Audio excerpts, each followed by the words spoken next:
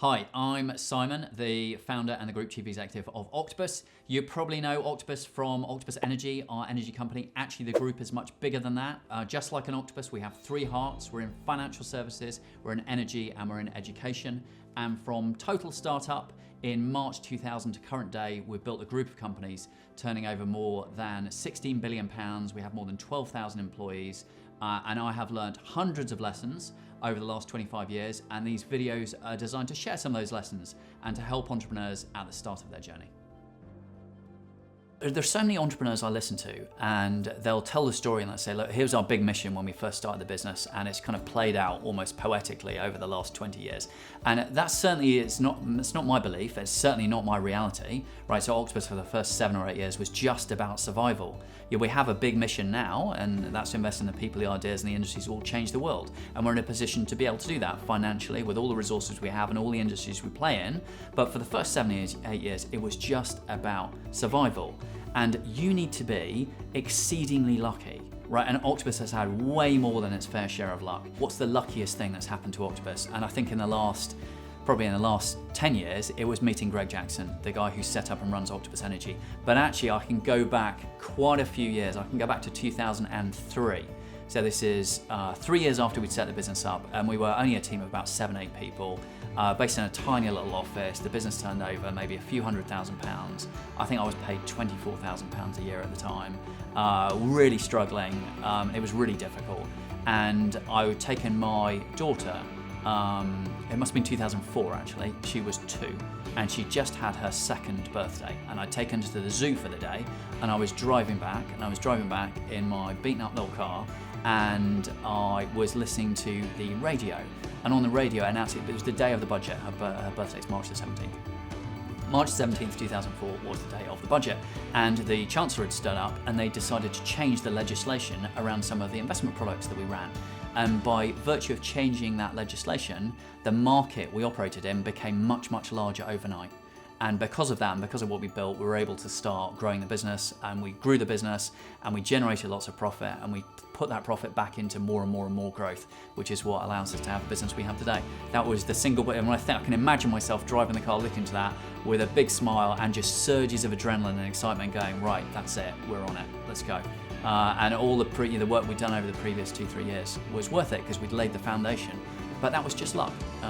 We'd made the case to government and it was the right thing for them to do, but we were not in control of that. It happened to us. Probably the number one factor in successful entrepreneurs is a mindset, right? So if you have the human population, there's a bell curve and they're all distributed across this bell curve. Entrepreneurs tend to be a bit weird. Most of these people are largely unemployable because they think a certain kind of way. They are, to an individual, the men and women running the businesses within the groups at Octopus, they are unbelievably hardworking and they're very, very high energy.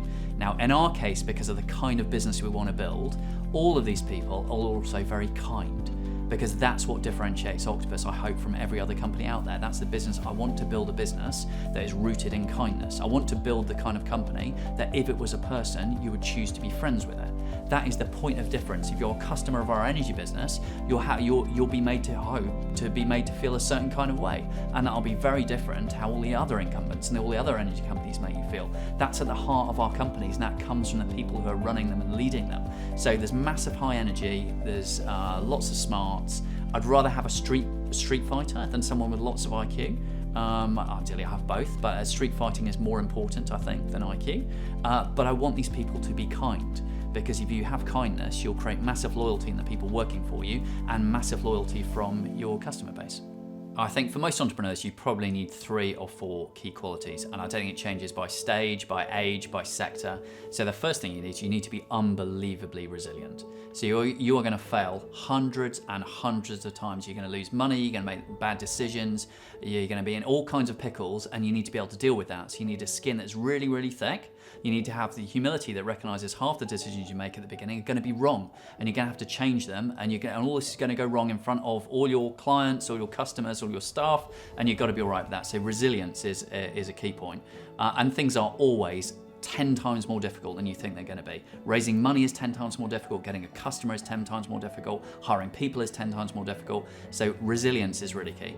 The second thing everyone needs is you need to be optimistic, right? If entrepreneurship was a disease, because it could be, it kills 99.9% of the people that are entrepreneurs, right? And yet still everyone wants to do it. So you need to be optimistic. In a world where everyone's going to tell you that's not going to work and you can't do it that way and you have to do it the same way as everyone else, you have to believe, and that's optimism. You have to inject that optimism into the people around you.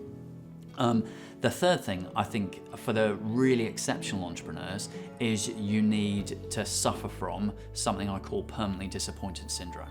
So even when you achieve the goals you set out to achieve, you need to celebrate them briefly, and then you need to move forward. For me, permanently disappointed syndrome is whatever Octopus achieves. You know, the group turns over £16 billion a year. We have 11,000 employees across the group. We've done some amazing things, and yet I wake up and I go, why can't we do them a bit faster? Why can't we do them a bit better? And that's just in my makeup and my DNA. And I think in certain other entrepreneurs, you see that too. And that's important because it allows the business to keep progressing. And then the final attribute, which is a bit of an odd one, and I think most people wouldn't say this, I think entrepreneurs need to be kind, because actually kindness is a way to really differentiate your business from everyone else's. And fundamentally, what is it about business that makes it great? Great business is simply about how you make people feel. And if you're kind, and that's inherent in you and your business, you will stand out and people will be very, very loyal to you.